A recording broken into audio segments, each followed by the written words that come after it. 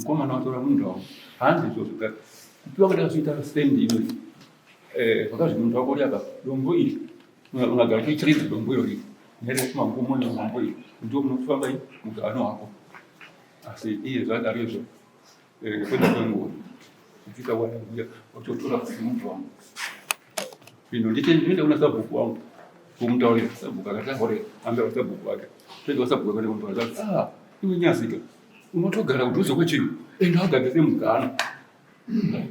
kabisa paya tapata pesa tapata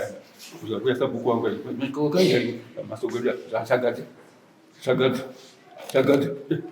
utufuna kulima no ndio ini ndigadi nini ishe zita ishe ndio ishe wenyu sababu nyasika ndio msipa mchele ishezo ndini hapa tunaishi baba ndini ishe bora hiki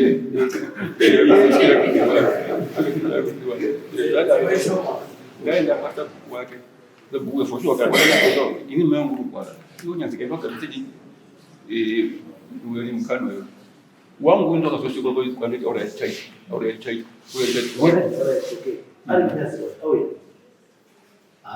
Daga nungu gani nzuri na yake kaza pale ndio sasa hapa ni kwenda mbele.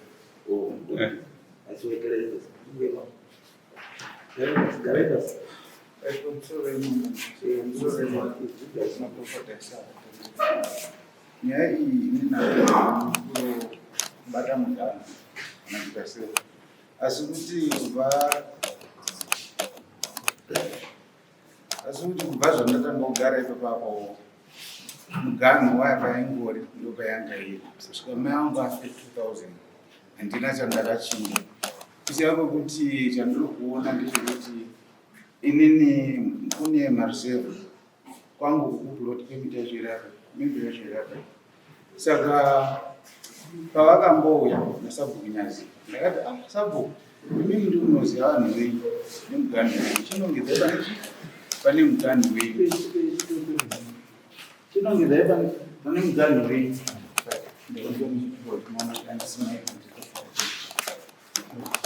saka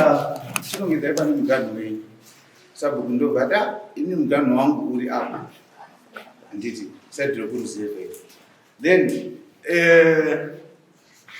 patatanga kuiswa kupegerwa samunamato ndofunga samunamato na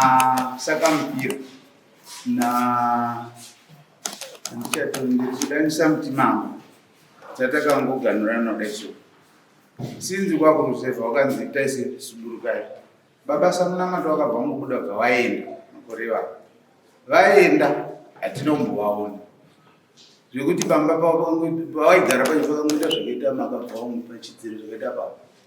pandakazotanga kuvaona ndakatanga kuvaona pashopu pavo ndokwavabva kubasa rikanakanga deniska sakatema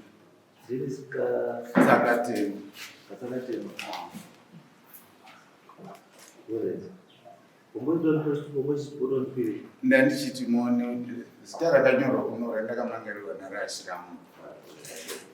mazuva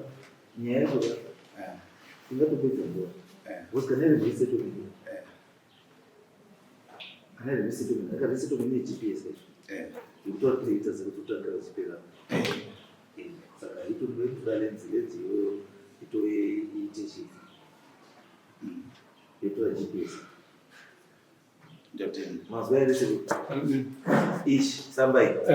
ndeelenzi saka welenzi vari kuuya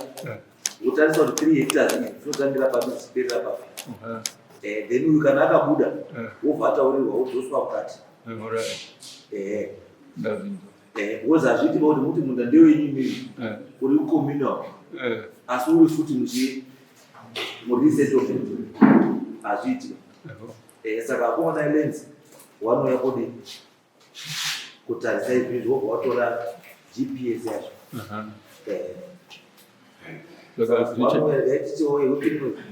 lini. Wigira kuya hilo ni. Oh.